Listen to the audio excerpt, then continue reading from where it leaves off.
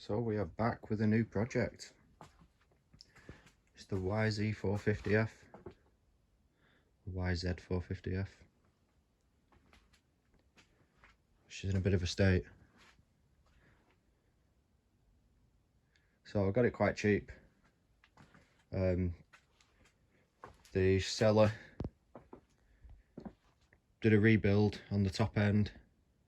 He spent quite a bit of money on it, to be honest, and since then he's not been able to get it to start. So he got fed up with it, put it on eBay, and I've bought it. But it's pretty rough. It was in, I was looking at it in his garage. I travelled about an hour to go and pick it up, and anyway, the garage was pitch black. When I've got it back, I've noticed a few things that you miss when you're there viewing it. So all the subframe's loose. I didn't miss that, I knew about that. The thing I did miss was, I checked the coolant in the radiator. I took the cap off and there was no coolant, and he said there isn't any coolant in it. But then when I got back, I noticed his coolant pipe's missing. Hence why there's no coolant in it. But yeah, it's been a bit neglected. That is knackered. You can see the teeth curling up. And look how pointy that is. And this is what I didn't notice when I was there. The whole thing bloody moves. Not good. You can see the nut in there. So yeah, that's what I spotted when I got home. But to be honest, that's about it. The clutch wasn't working when I was there, but then I realised this cable had pulled out and this was pushed down the side with that pulled over it, so you couldn't see. So I put it back in place, and that is a really smooth clutch, to be honest. To be honest, that's the only nice bit that's on it. A Pro Carbon tank cover. So what the seller had done to it, he's put a new cylinder on it, new piston. That's strange, it sounds a bit hollow. Anyway, subframe bolt's missing, one of the main bolts. So I don't know what's happened to that, but everything's just loose. I think they've rushed it. I think they've put it back together, rushed it, not been able to get it to start. So even things like this are loose. I can just undo them with my fingers. Well, I had it undone yesterday. That one is. I had that undone yesterday, but I just tightened it up. So yeah, everything's just loose. It's been neglected, really. Rear wheel bearings are shot. You can hear the rattling. Front ones feel alright. Pads and discs are alright. Don't know what's happened to the forks there. It's a bit of a mess though. But it's an old bike, it's a 2006. So she's pretty old. But the seller, he spent quite a bit on it. There's a big pile of receipts. But this is what he's bought. I'm just covering up the seller's details. I don't want to be showing that.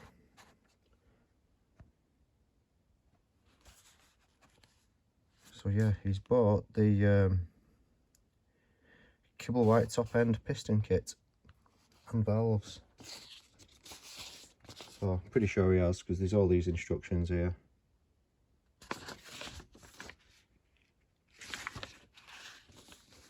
But this is what came in the kit. Titanium retainers, CRSI valve springs, all the base washers, stem seals. So you got the valves, white diamond, stainless, whatever that means. I think there must be 5 valves on these. It tells you there. The outer ones, centre ones, and then the 2 exhaust valves. So yeah, piston as well.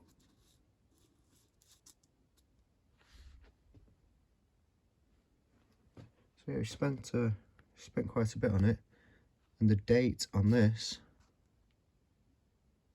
a few months ago. Well, over 6 months ago. That's right, let's get into it.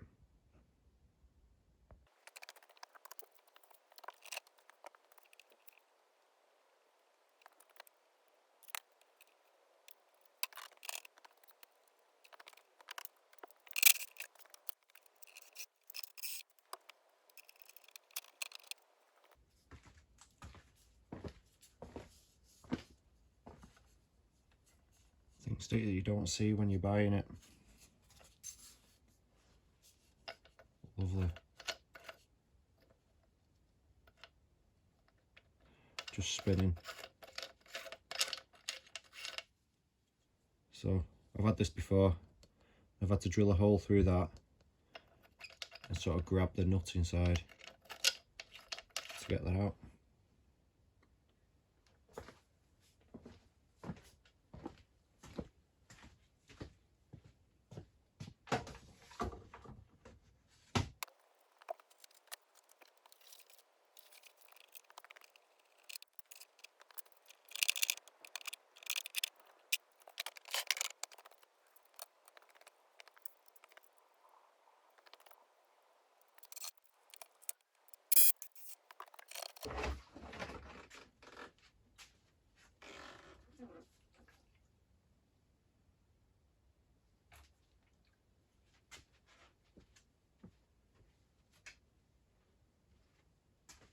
This sounds like there's fuel in the tank.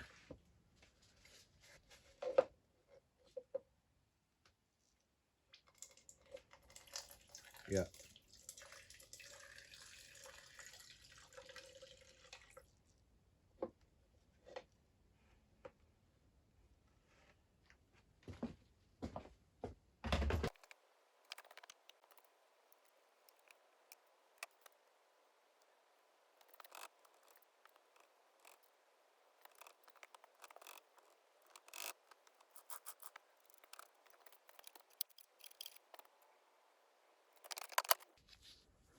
I made this a couple of years ago. It's just a normal spark plug socket, but I had to put it on the lathe and machine it down so it fits into the heads, and it does work a treat.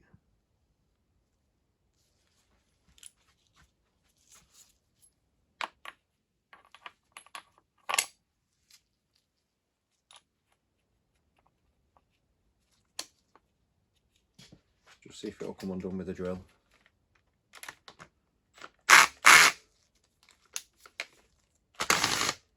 Oh yeah, made it a lot easier.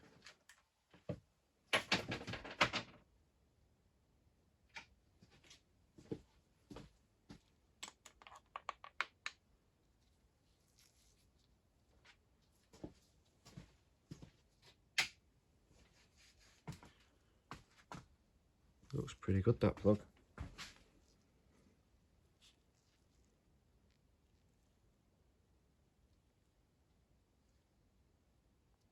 Whether it's been cleaned off.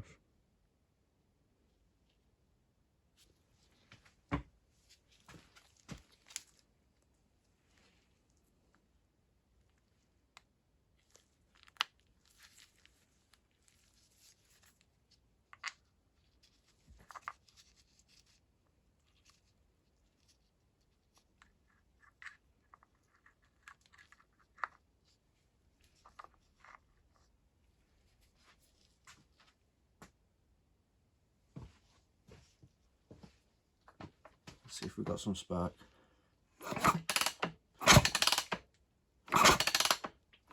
Oh yeah, really good spark.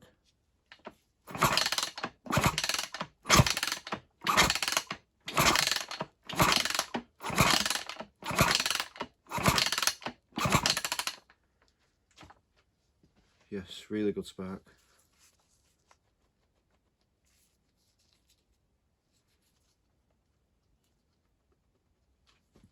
Right, let's have a look under here.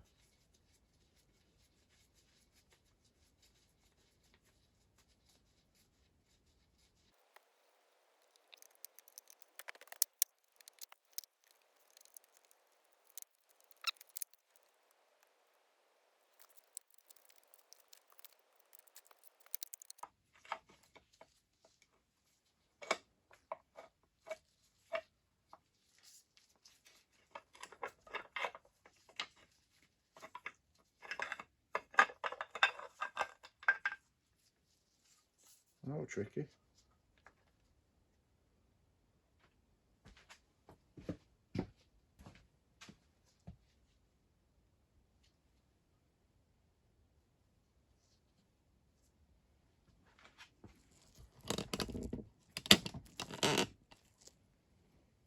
So the cam chain feels alright.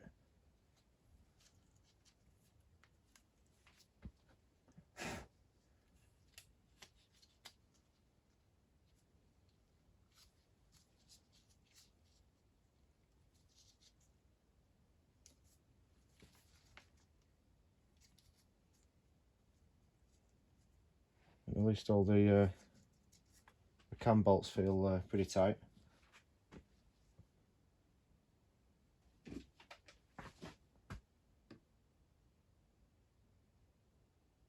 Just looking for top dead centre.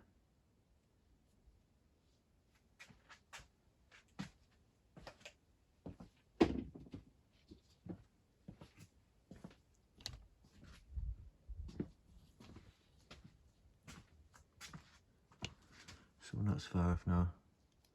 There's 2 little dots. There's one there, so that needs to be vertical. One there, that needs to be vertical.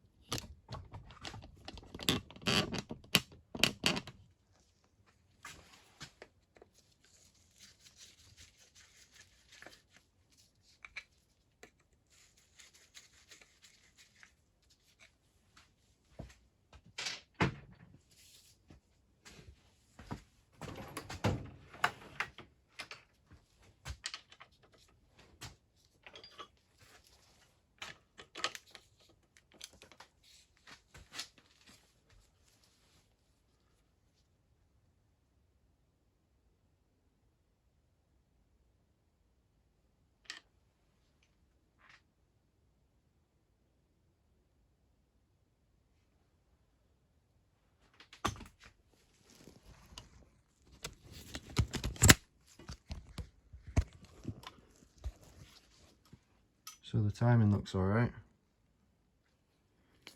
You can just see the little line in there, and then to the other side of it there's a H, which is, you want to follow the single line, so it's lining up with this top bit here.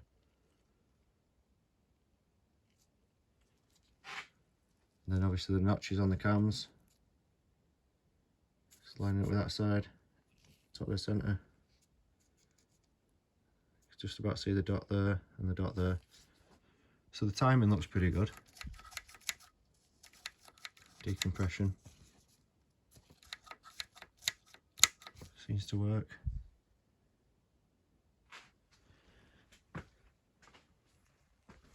So I'm going to have a quick look through this manual. And we'll see what the valve clearances need to be, if it's on here. It's got the ring gap.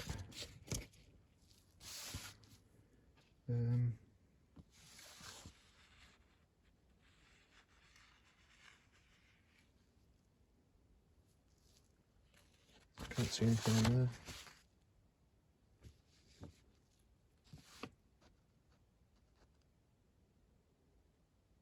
I'll have a read through it and see what I can find.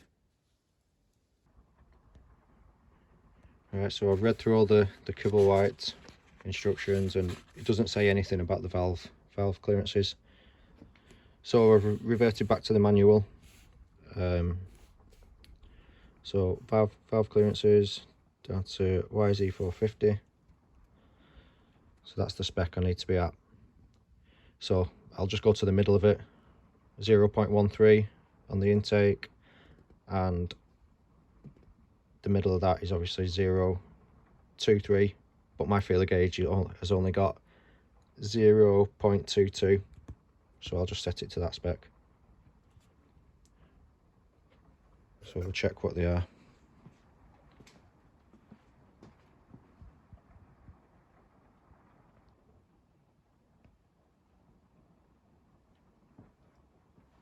So it turns out I do have a 0.23. That's what it steps up in. So that's obviously the middle spec. Needs to be in between them. So I'll check the exhaust side.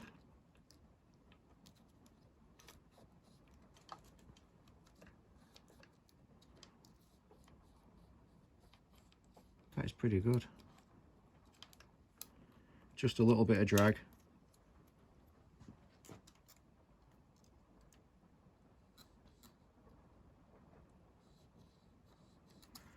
Right, so the right side feels good.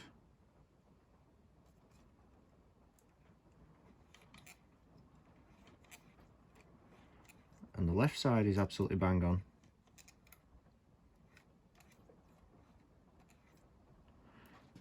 Right, try the intake. So that was 0.13.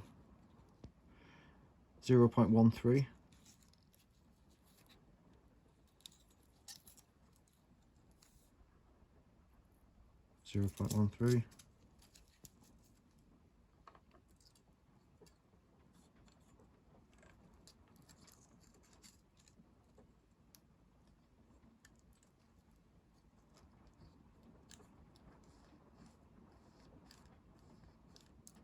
And that actually feels pretty good.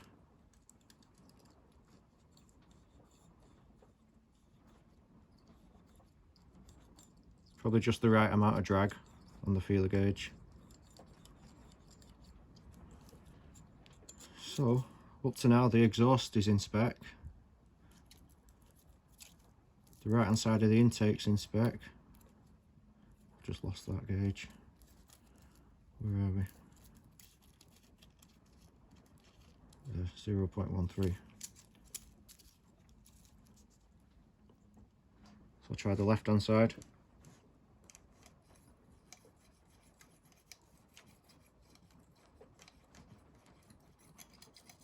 That feels loose.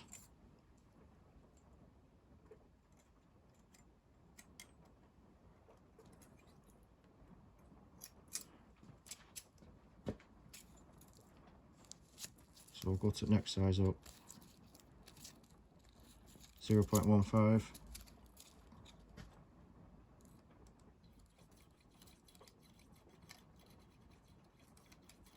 That still feels really loose. Right, so that is running out of spec now. So that all these three valves, the clearances on them are spot on. Wait a minute, that still fits in. That's 0.18. Huh. So next size up.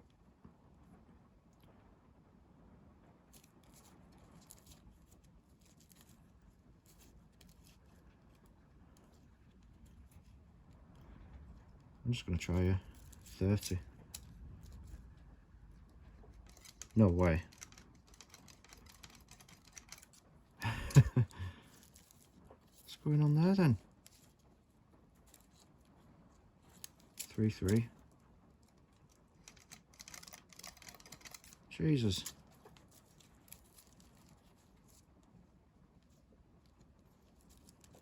Let's try a 0.140.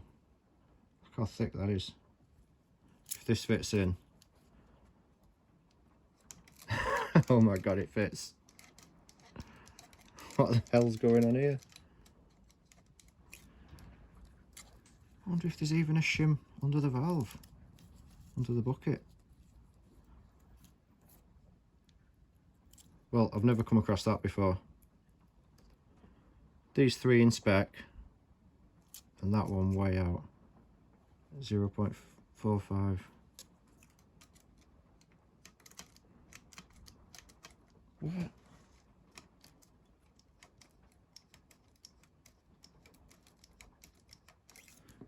That is still going under.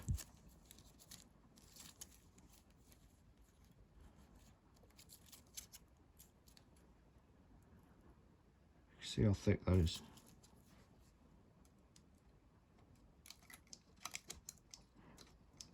Right, that's going under with a bit of drag. No way. I've never come across that before.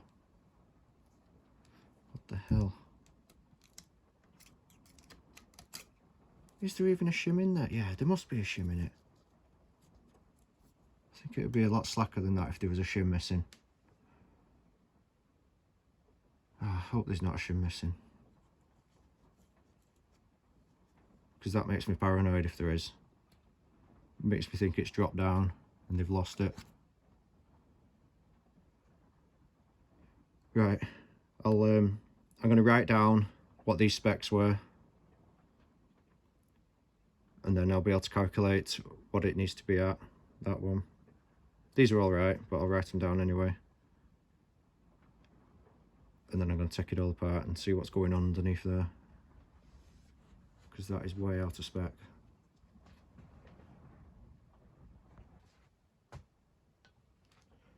Right, so everything's still top dead centre. All the marks are still there. So I'll undo this. The cam chain tensioner.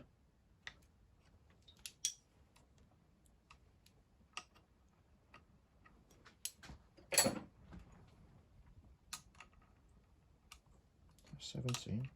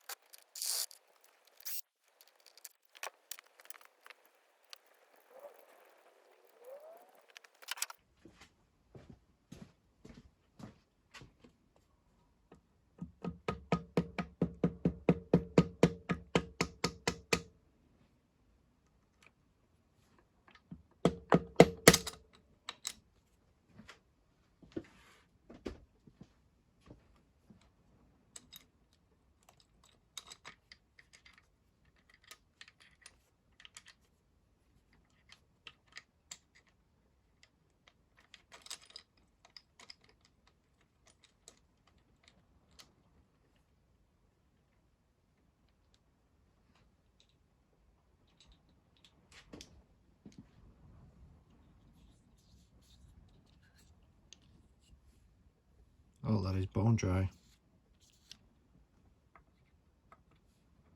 There's hardly any oil in anything.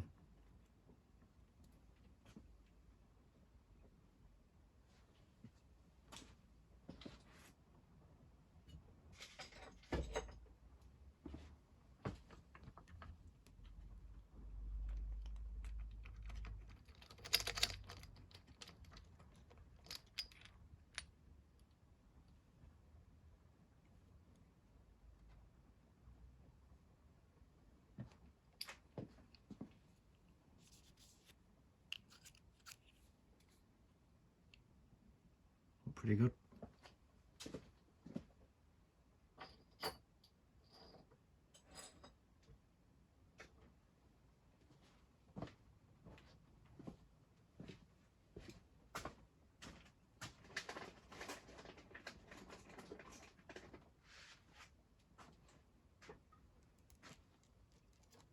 Just fasten the cam chain up very loosely.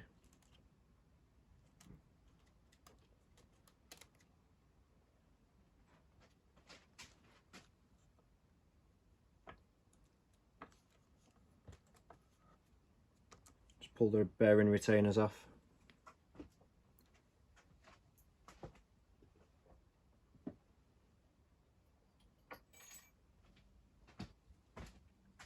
It's always better to remove them, you don't want them dropping down.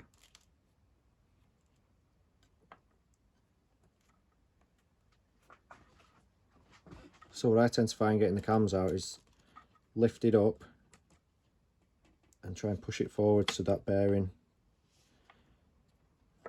sometimes there's a bit of play in the bearing so you can get it past.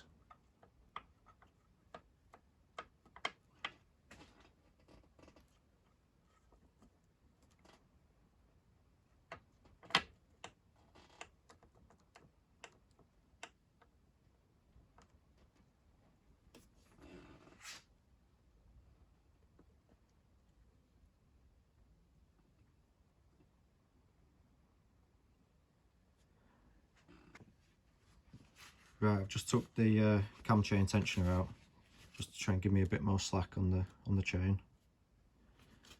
But I think what I'm going to do first is I'm going to take the carb out, so I'm just going to stick a rag over there.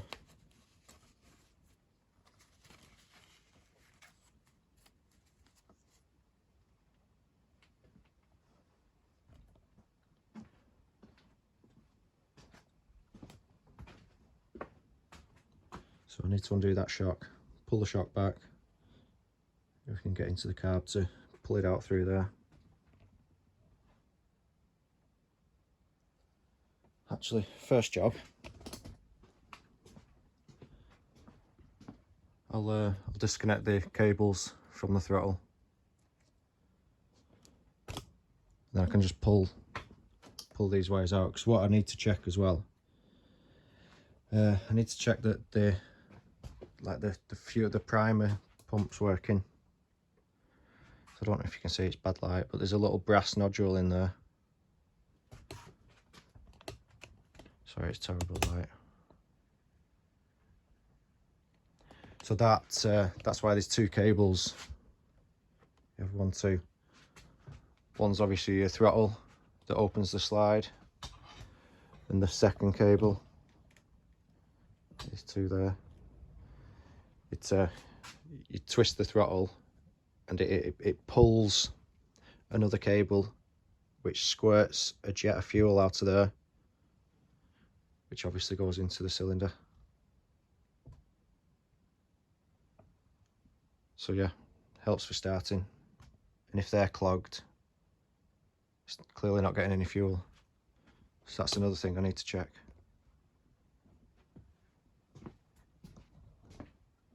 So that's why I like to leave these cables on here. Don't disconnect them from there yet, because you can pull on the cable and see if that little primer's working. So it's just them two screws. Undo them, and then that'll separate into two pieces.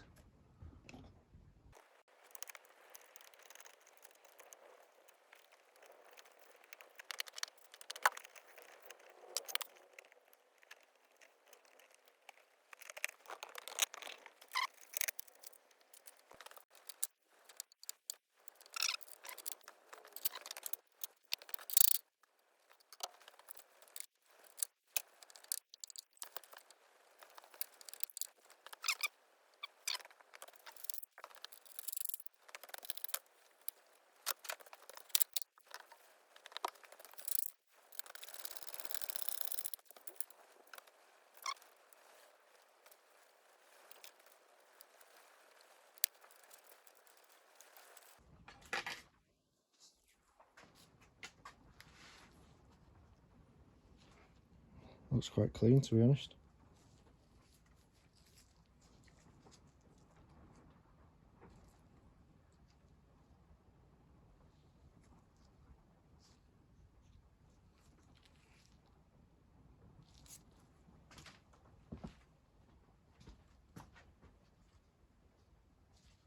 See if we can get these cams out now.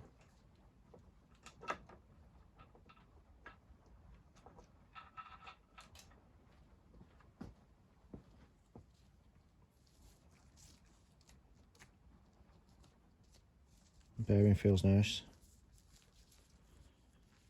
The decompression valve.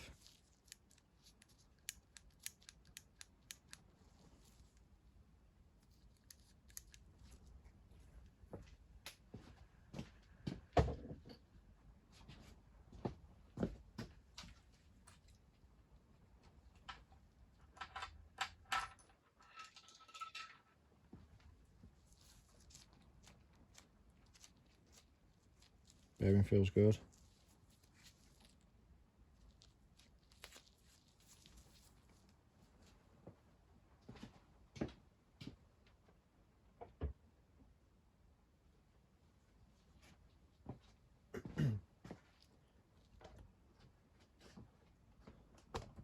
So need to have a look what's going on underneath this. What side is it? It's the left hand side intake.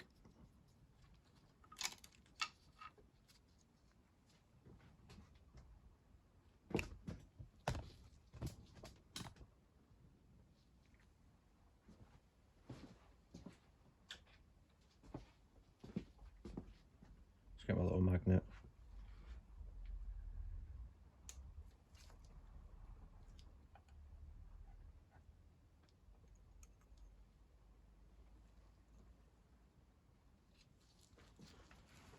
There is a shim in there.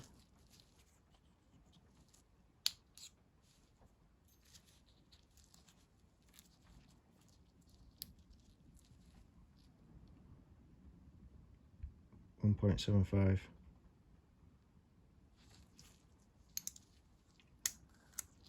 So I'll just have a look what the other side is.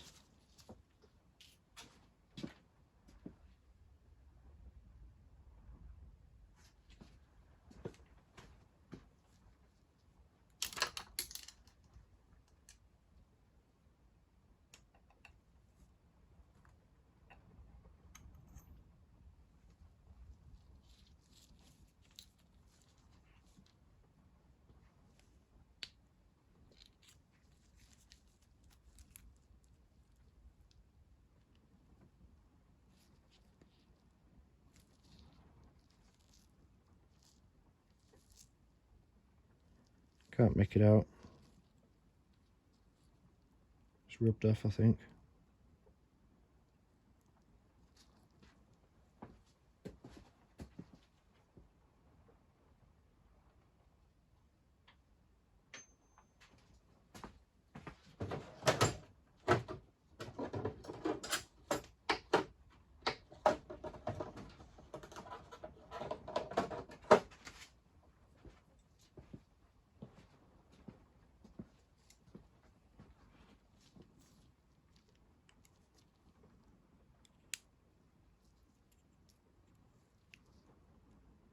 .180.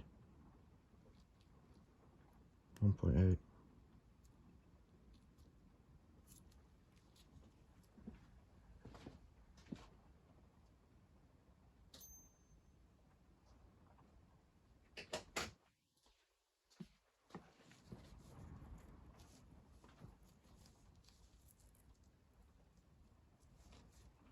Might as well have a look at the exhaust as well.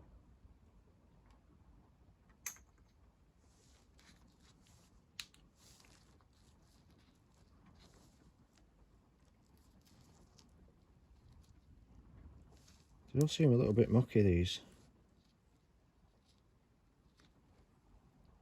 Doesn't say on it either.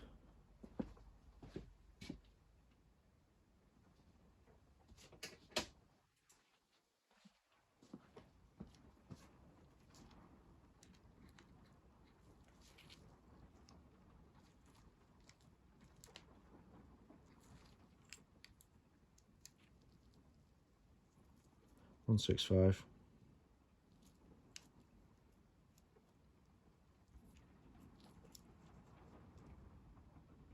Or is it a 160?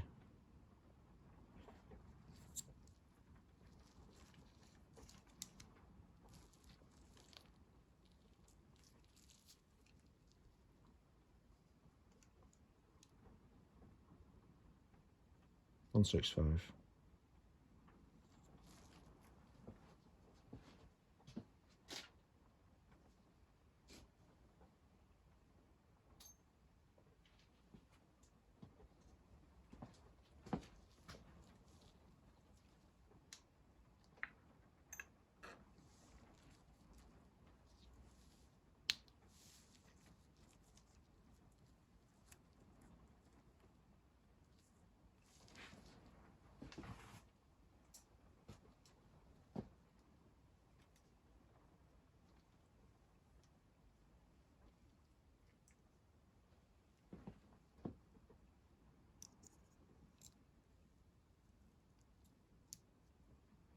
So again, 165. So both the exhaust side, the shims are 165.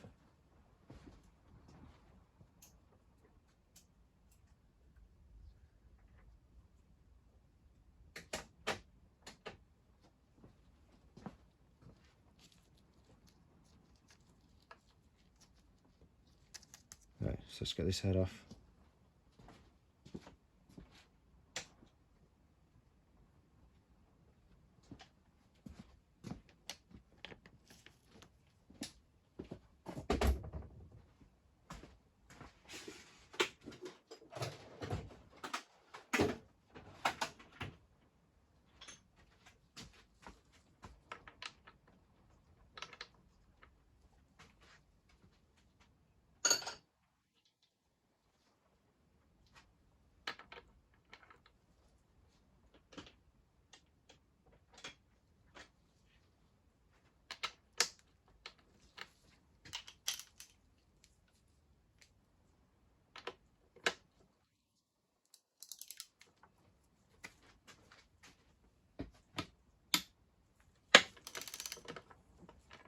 They are nowhere near as tight as they should be.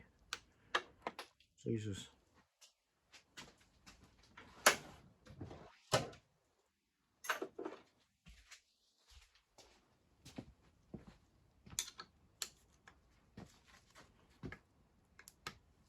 Yeah, nowhere near as tight as they should be.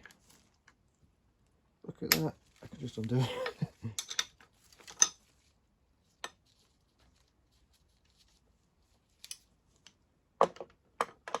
I'm glad I didn't try firing this up. No way.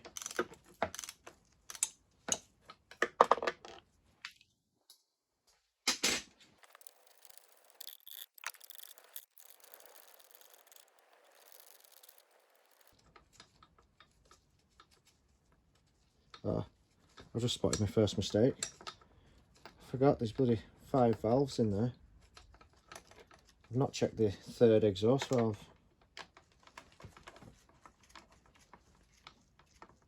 Check the 2 outside ones, but there's a middle one there.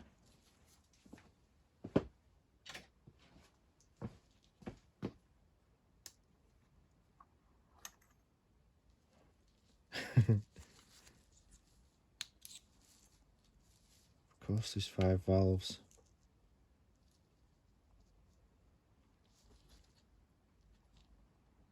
It says hot cams. It doesn't say a number on it.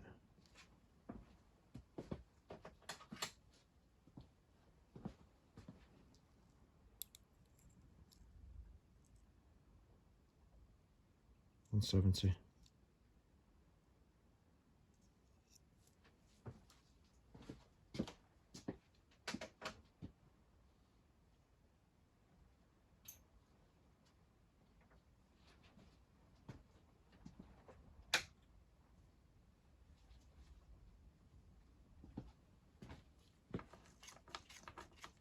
Silly me. Just means I'll have to put it back together and check. Recheck it with the feeler gauge.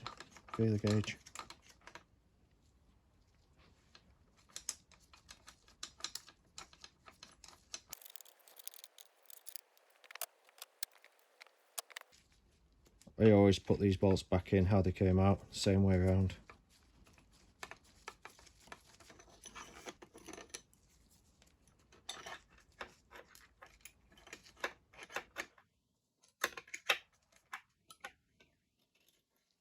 How are you supposed to get that out? Bloody hell.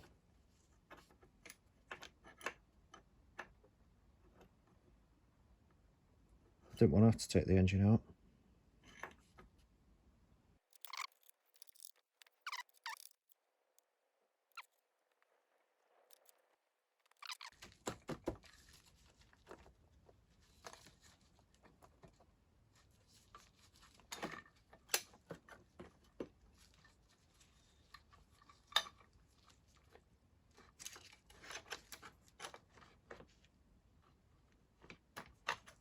Oh yes.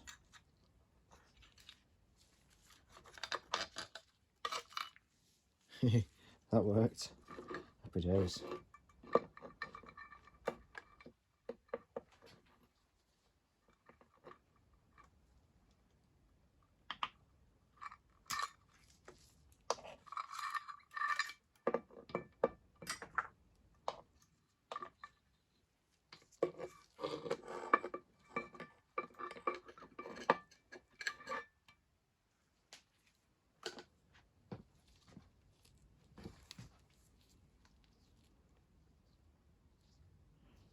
Wow. She looks good. She looks really good.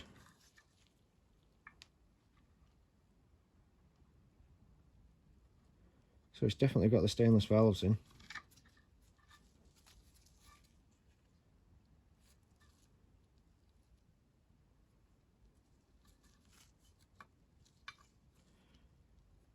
It looks good.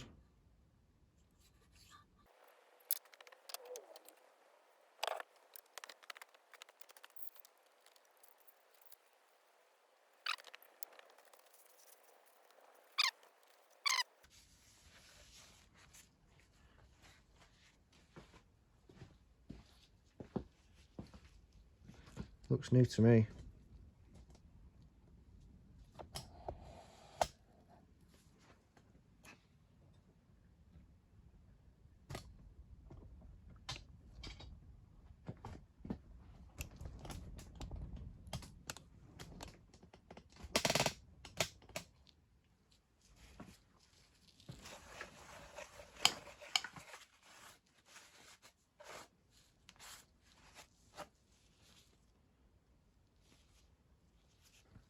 Let's take the cylinder off.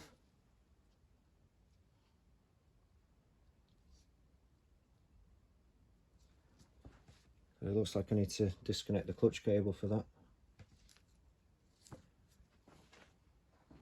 I've just disconnected the clutch cable, so I should be able to get this cylinder off now.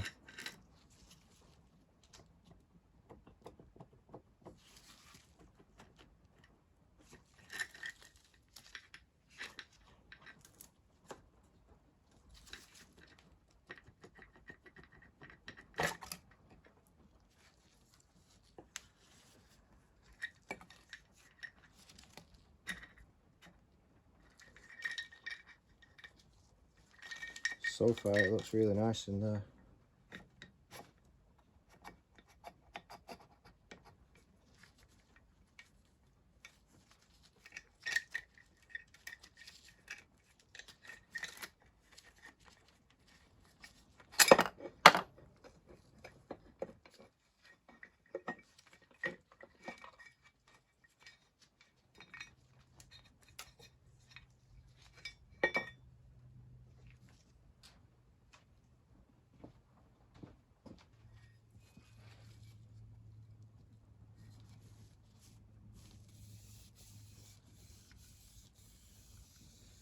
Looks really nice.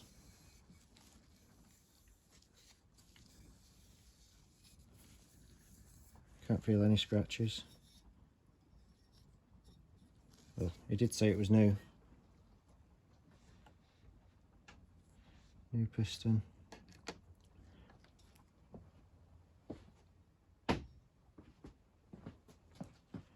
See if there's any up and down play in the rod.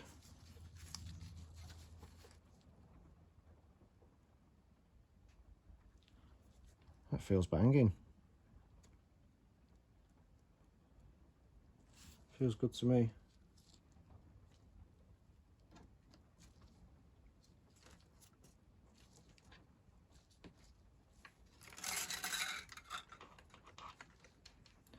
What I have noticed is the cam chain keeps kinking.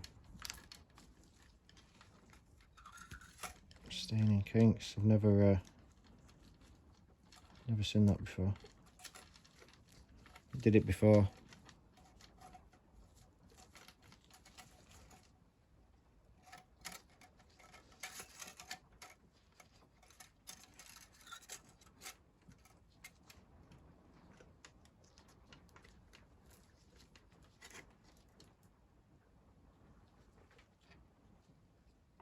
So yeah, another thing I want to check is the rings, just to make sure that they're all the right way around. Well, that's not good for a start. See, all the gaps are almost lining up.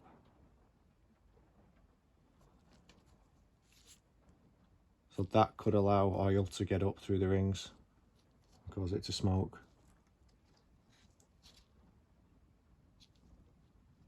So yeah, they're right next to each other.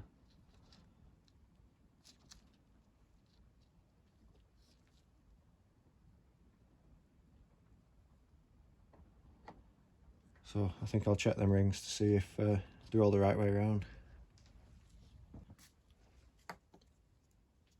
Also looks like the arrow's pointing to the exhaust, so that's the right way as well.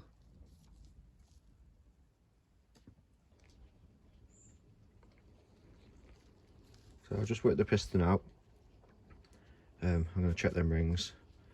But whilst the head was on the bench, I've just noticed they seem to have the stainless steel valves. Well, all the valves have been fitted to stainless steel, but they seem to be the ones with the stainless steel retainers and the double springs, and they look OEM to me. So I was just searching around in the bag of bits that he gave me. Look what I found. I think they're the two exhaust valves. Springs, sorry. So what the hell's going on there? Why have they only fitted the three?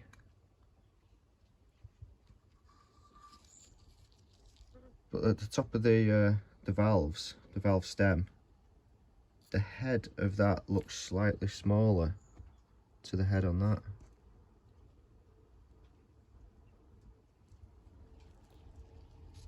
And the only collets I've got are them. And obviously the two that are in there.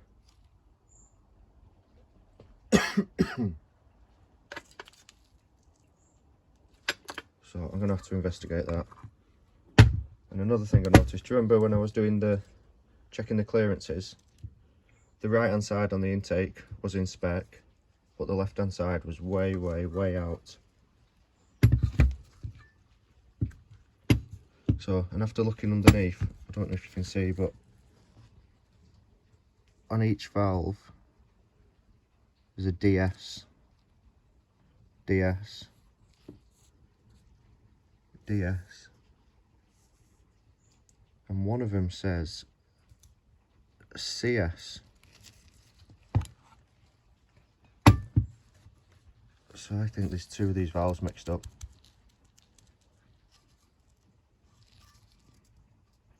There you go, CS, that says DS, that says DS, that says DS, and that one says DS. So the one that says CS is the one that was way out on the valve specs. So that one is this outside one that says CS.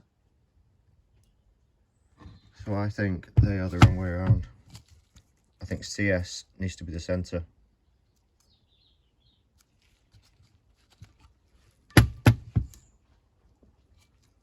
So I'm going to have to take these out and see what's going on.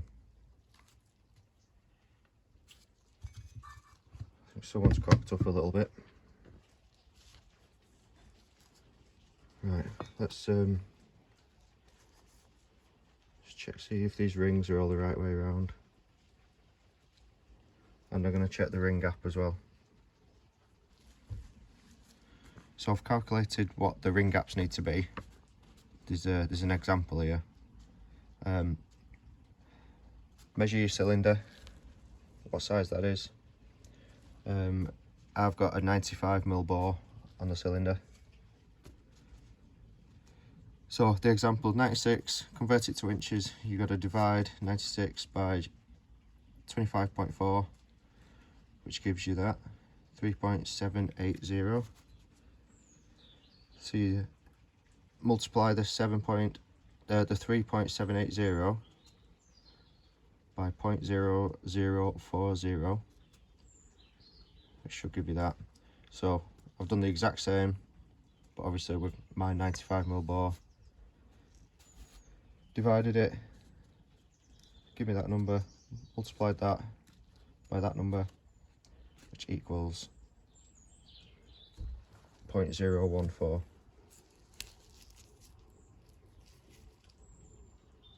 So that's my ring gap.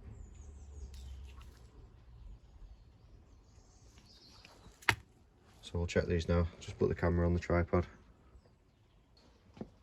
Right, so top ring.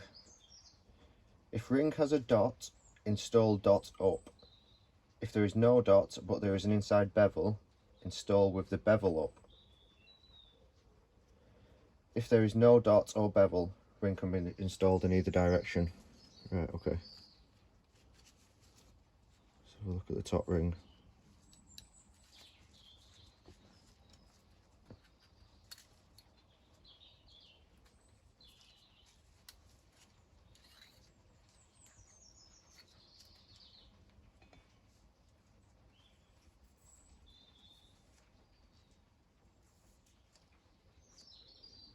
Can't see any marking on it.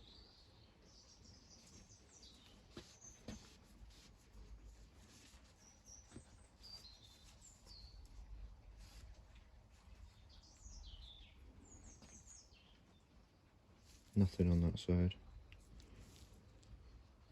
The letter N.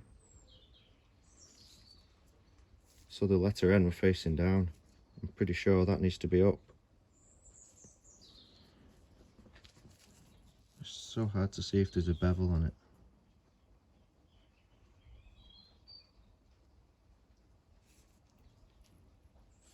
I don't think there's a bevel on that. I think it's all square edged. But that letter definitely needs to be up, and it was down. Right.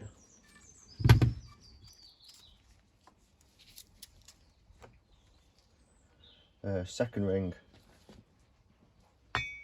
If the ring has a dot, install the dot up with inside bevel down. If no dot, install bevel side down. Right.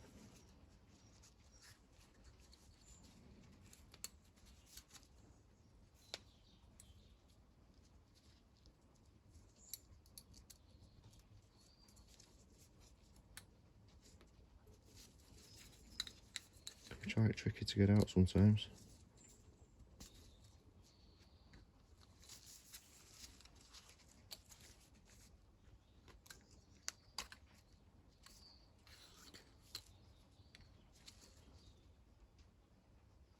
Them rings the same size.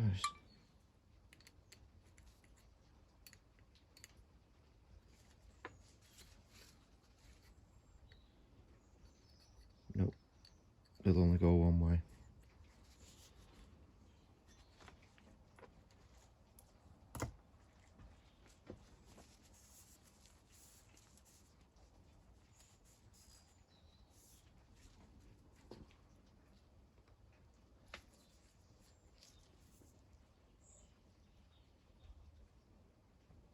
Can't see anything on that side.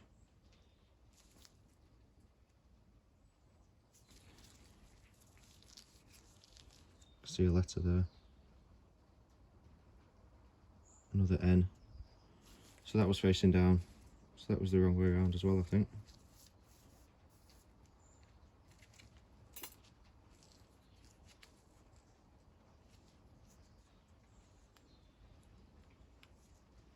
So look at the oil ring.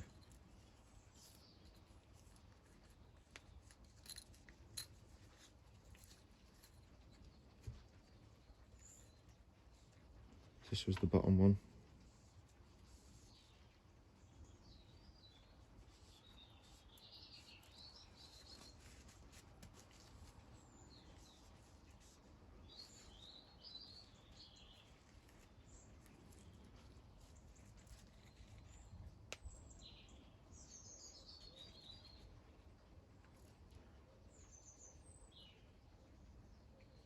Can't see anything on that side.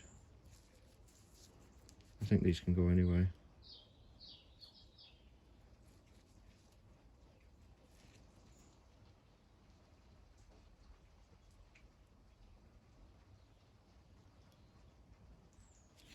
See if we can see a bevel on it.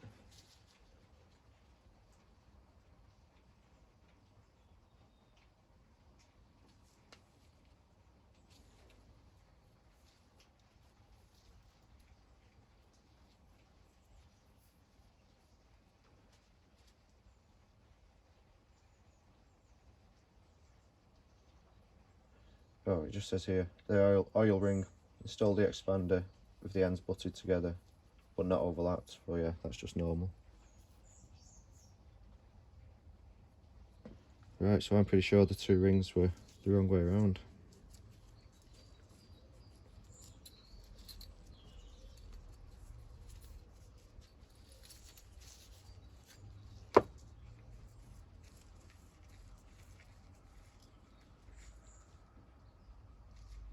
Look how black everything is that's coming off it. It's like it's old engine oil or something.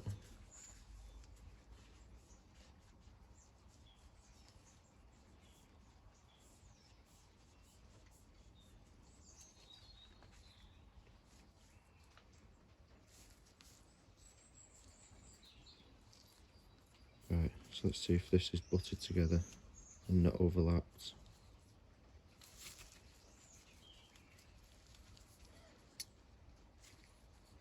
No, it's not overlapped.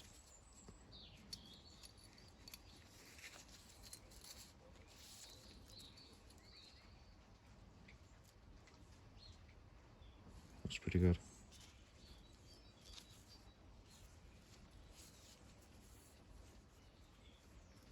So I'll give it all a good clean up, but I'll just check these ring gaps.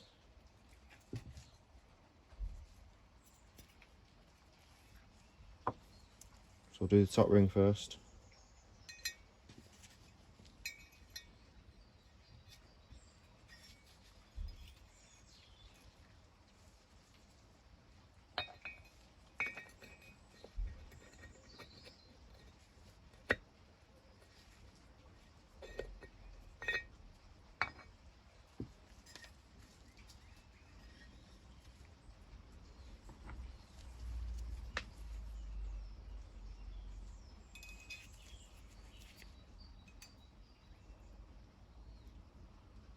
Oh, it's quite tight.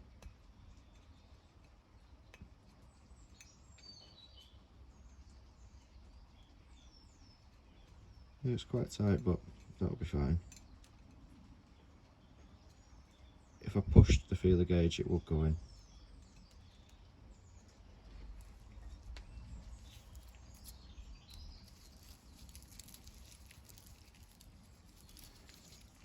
Try the next size down. Yeah, that goes in. So that's good. I'm happy with that.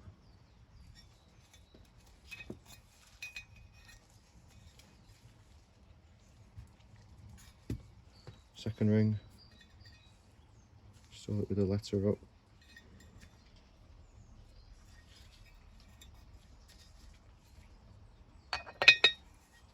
Just give it a push down with the piston.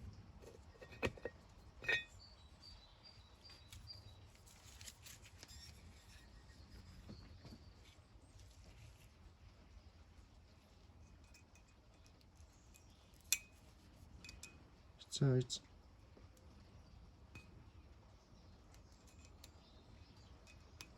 I think that one might need filing down a bit.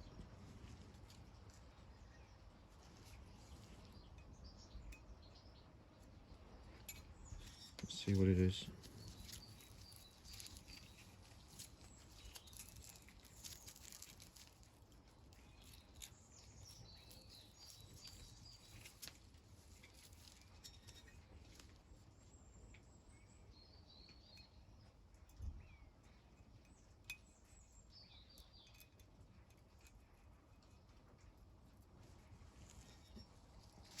It's a bit bigger.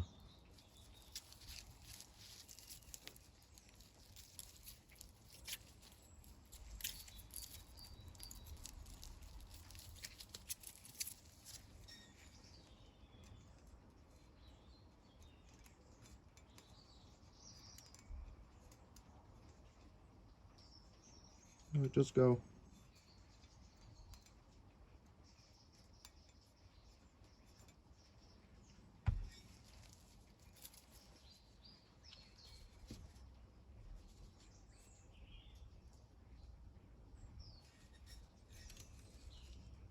Might take a little bit off that. It's just tricky. I don't have a proper ring, piston ring file, so it's hard to get them bang on. So sometimes I just like to try and leave that. Obviously, if it's not too tight.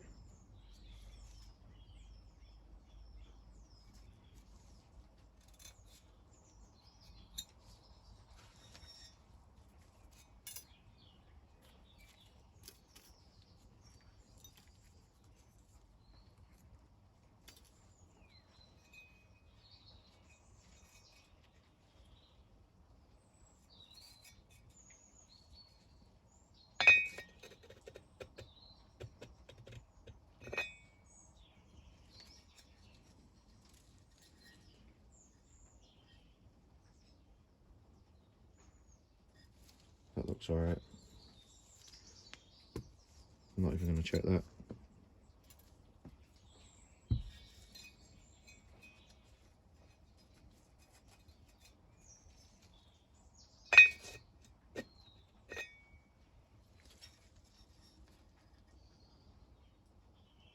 That looks alright as well.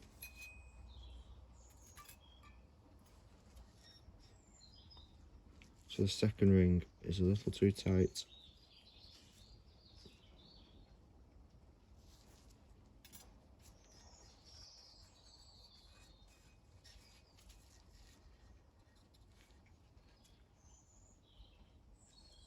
Looks nice though. Nice fresh hone marks.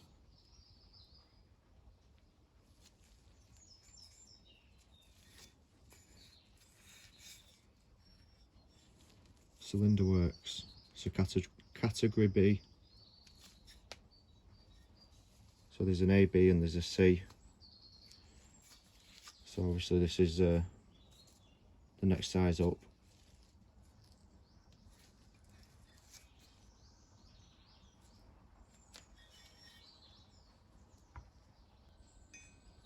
Okay, so I just filed the second ring down a tiny bit. Just had it in the file. Don't know if you can see it on the bench here.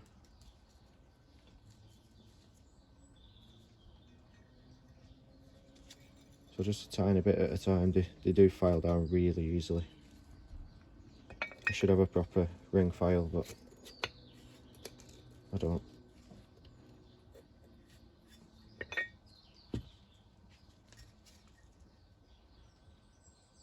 That looks much better.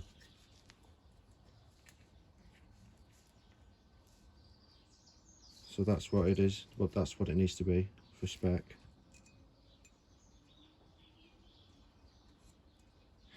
That's perfect.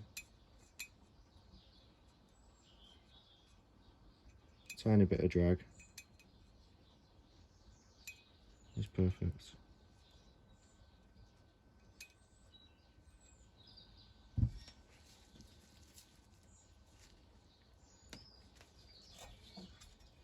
So the ring specs are fine.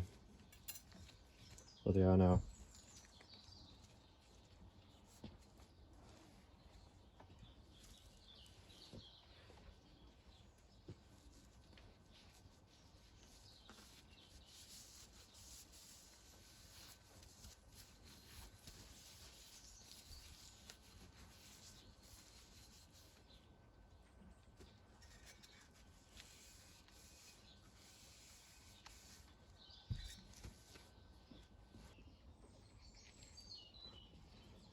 Right, so I'll put the rings back on.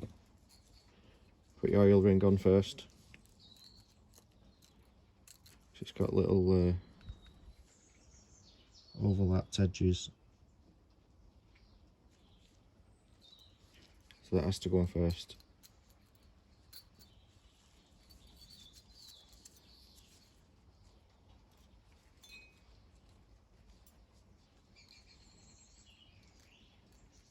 The bottom ring.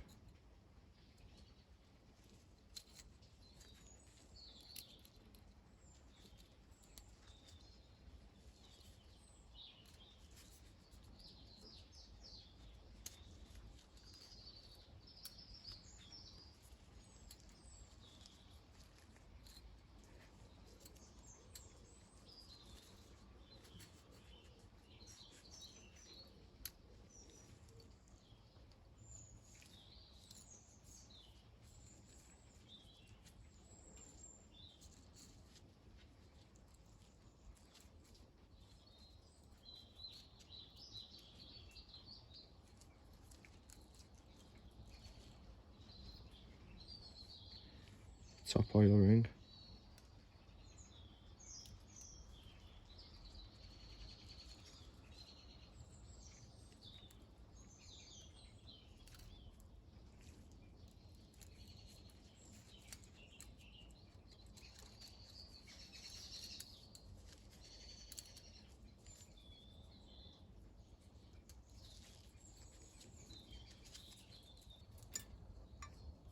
So I install the second ring with the letter facing up.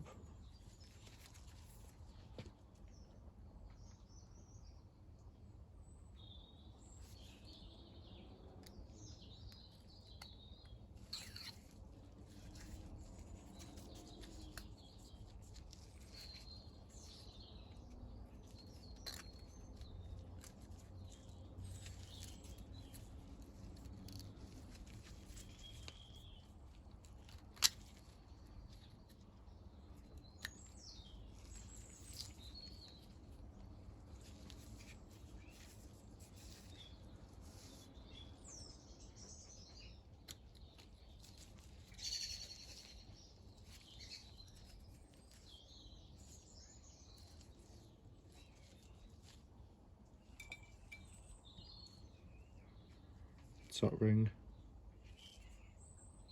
the letter up.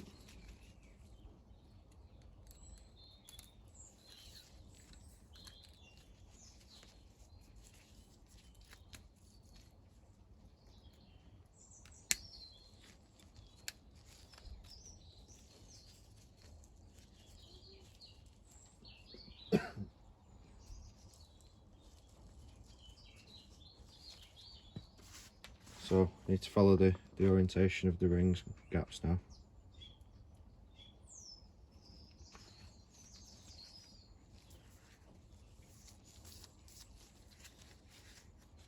So you've got the exhaust where the arrow is. Obviously 2 exhaust valves, and then your 3 valves, 3 intake valves.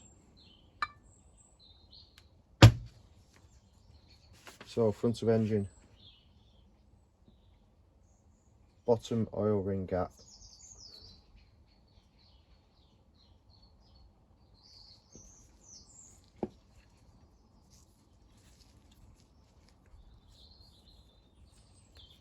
so I'll set these up now and they'll probably move, they always do. Just always have to check. Right, there's the bottom one. So just grab it with your finger a tiny bit, pull it around.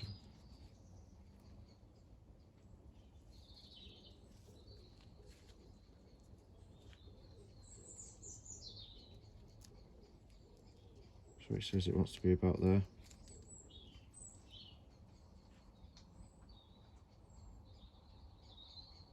The top oil ring gap wants to be at this side. So I'll try and find that one.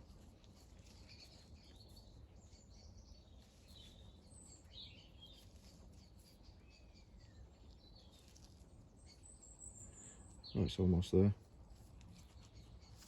So I'll try and hold the bottom in place. Just spin that top one around.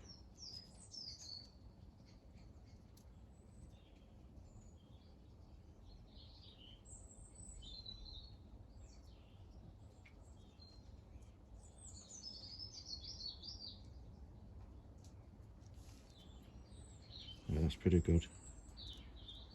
See the gap there, the gap there. Right, that's fine.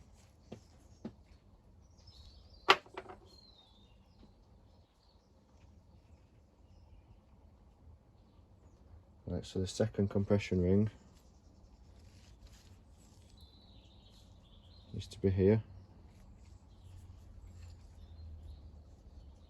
So that needs spinning all the way around.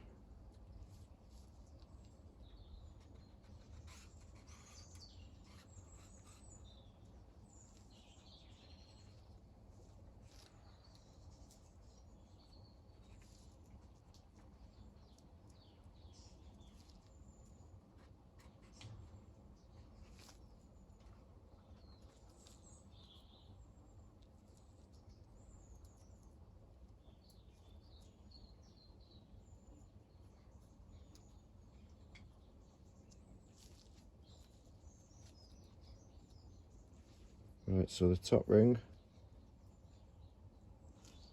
opposite side, exactly where it is. Right, so the orientation of the rings is fine now.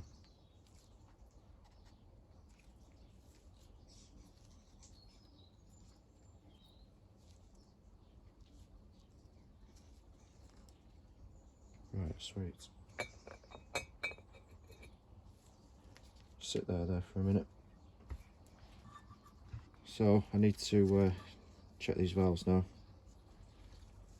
I'm going to take them two out, see what's going on with these letters. Take them two out, see what's going on with these. I don't know why they've not put them in. Let's find out. So I've just set my valve spring clamp up. I've put the head down onto a piece of threaded bar. It's actually my the steering head bearing press that I use, my homemade one. So yeah, I've set this up, got it all right. First one's been clamped down. Just get a little magnet to pull the collets out. So that's one.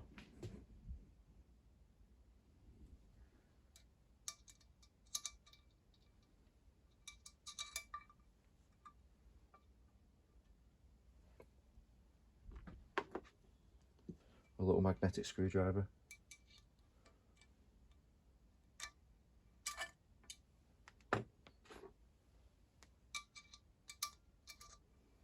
Two.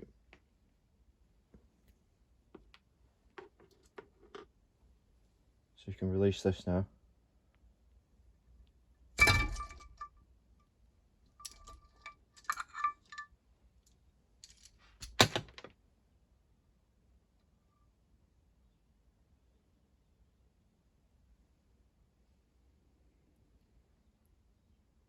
It's only a single spring, I thought it was dual springs. It's full of gunk in there.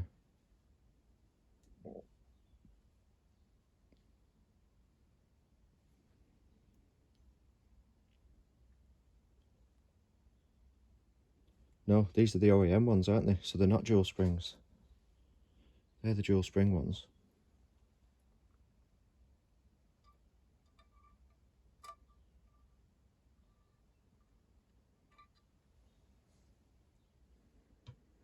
Right, I'm going to take them all out, I think.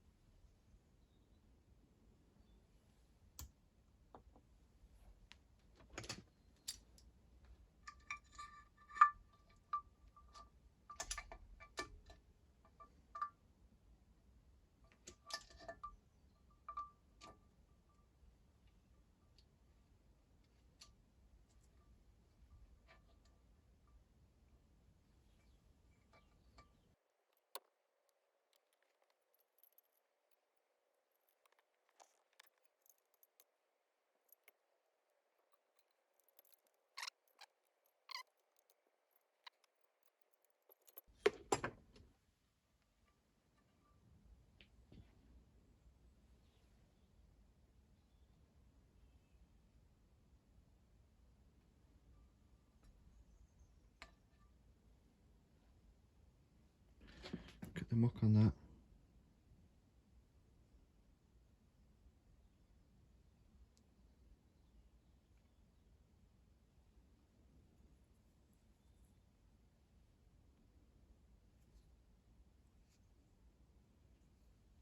So they won't be sealing too well with all that on it.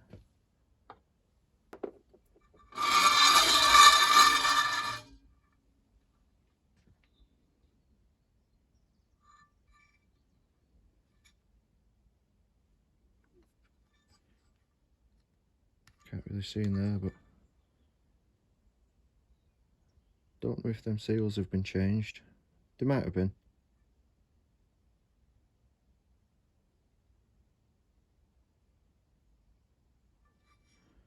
Right, we'll get the intake side out.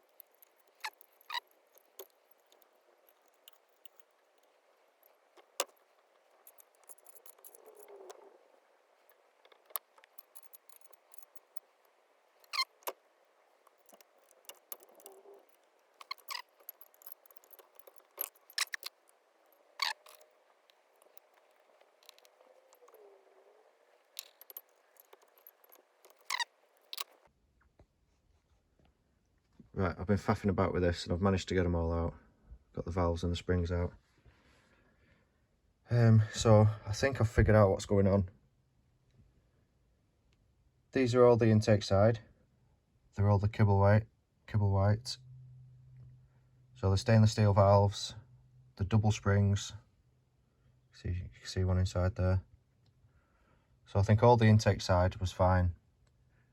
The exhaust side, the chap who's rebuilt it has put the OEM springs on with the kibble white valves, which is just not going to work. It's the valve, they're going to be bouncing all over the place, these valves.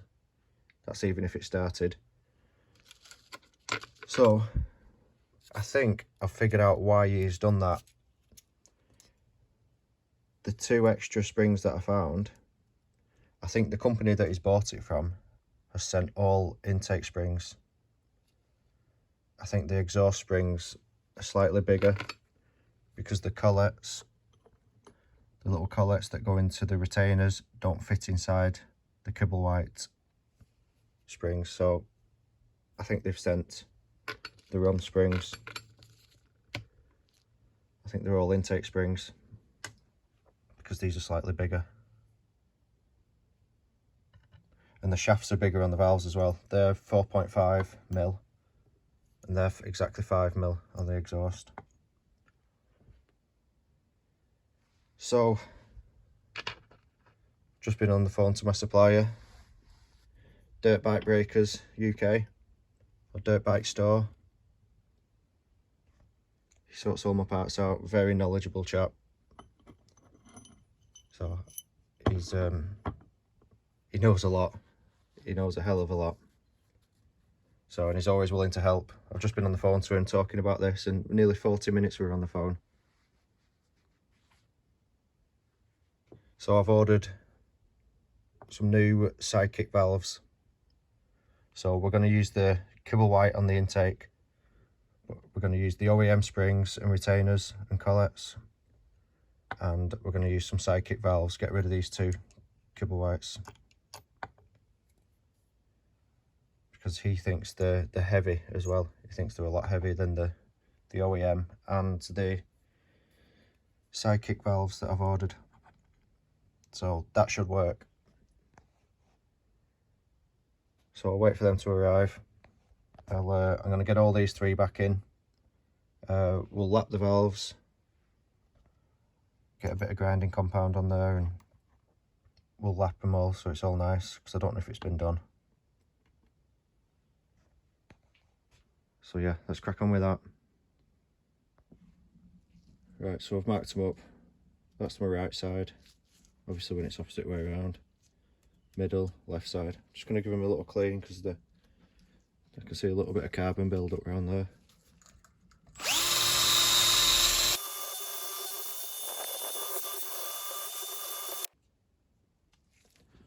That'll do. Didn't need much.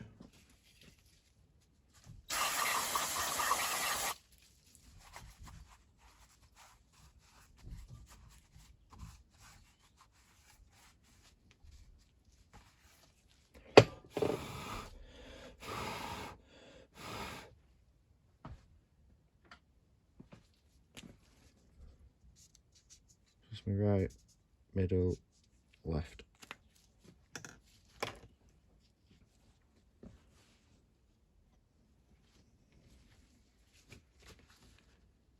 So I've already swapped the valves around because I thought they was in the wrong way around. So I think the 2 that say DS are the outside ones, and the one that says CS, I think the C's for centre.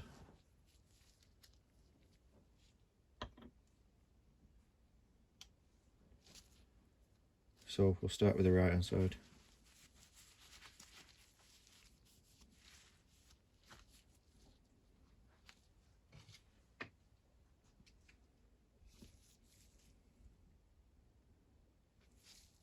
So you've got your coarse side, well, fine. So underneath there's the fine, and that's the coarse. And now we'll do the bit of fine side.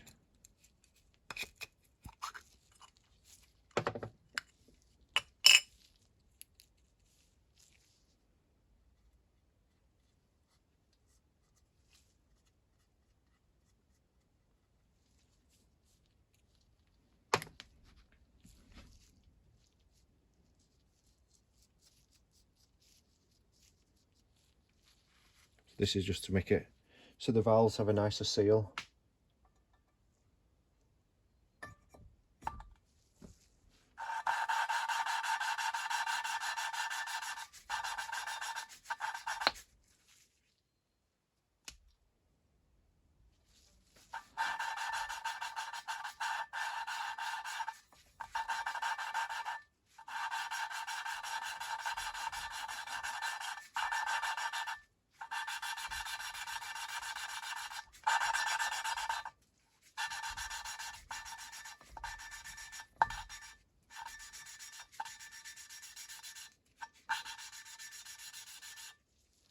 And I'm just listening to how the sound changes when I'm doing it.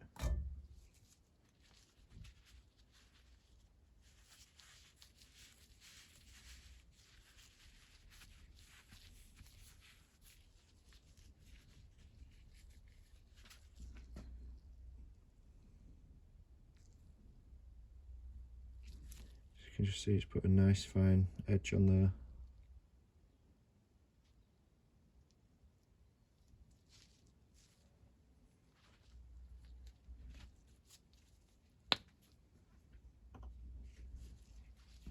So once you've done this, you have to make sure everything gets a real thorough clean. If you don't want any of that grinding paste getting into any of your seals or down past the valves, you want it as spotless as you can. So I'm going to do these other two, get them all in, get it all clean. No, I can't. I've got to wait for the other valves to come, because I don't want to grind them out whilst these are in here. Keep everything as clean as you can. So I'll grind these two out, then I'll have to wait for the new exhaust valves to arrive.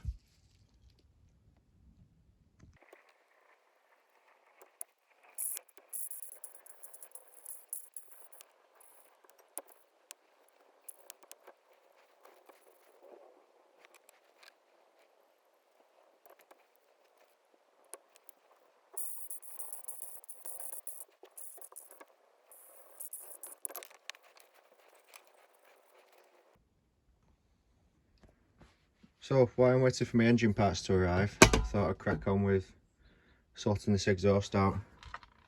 If you remember, there was a bolt in there that had all seized and rusted up. So I've managed to cut it out. I've cut part of the exhaust out.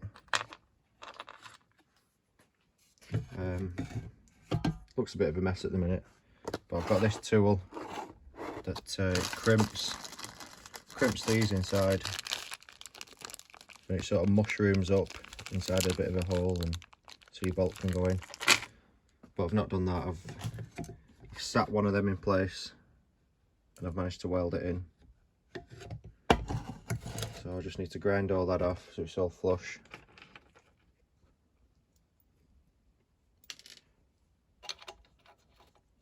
And then it fits right in.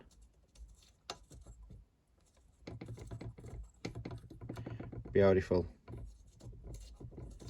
Nice little fix.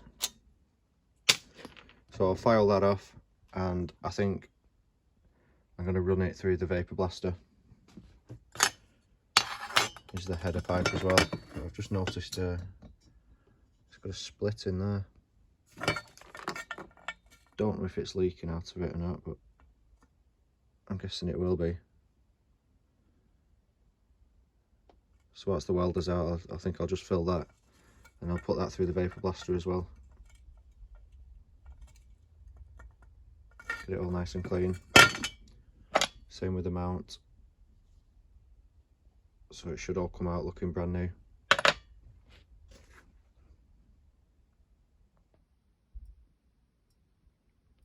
So I've managed to fill that hole without burning through. It's not the neatest, but it's covered by a guard, so I'm not too fussed. Yeah, you don't even see it. So that'll do for that.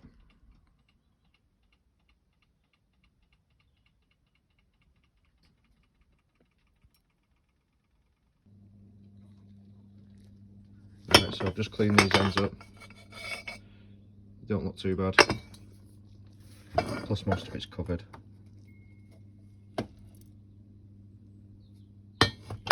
So that should work. I'm just going to run them through the vapor blaster. I'm not going to record the whole process because it's quite a long video. So I'll get them in there and I'll show you what it looks like.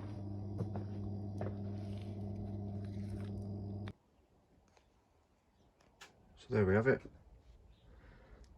I've had them both in the vapor blaster. They look like new again.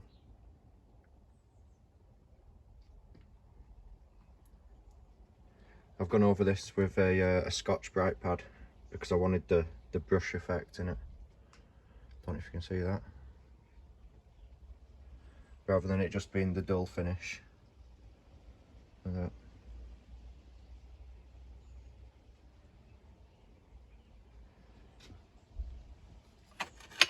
All looks brand new.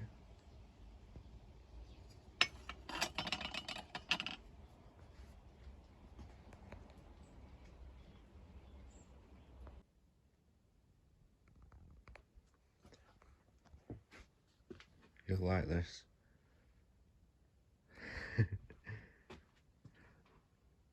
All the plastics were all wonky. Where it had been leaning up against walls, and that was twisting the other way, so the little props that I'm going to leave overnight, that was all bent in. Same with the front mud guard.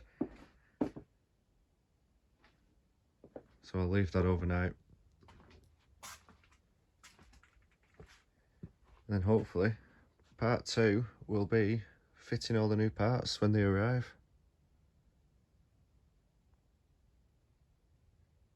So thanks for watching. Stay tuned. Part 2 coming soon.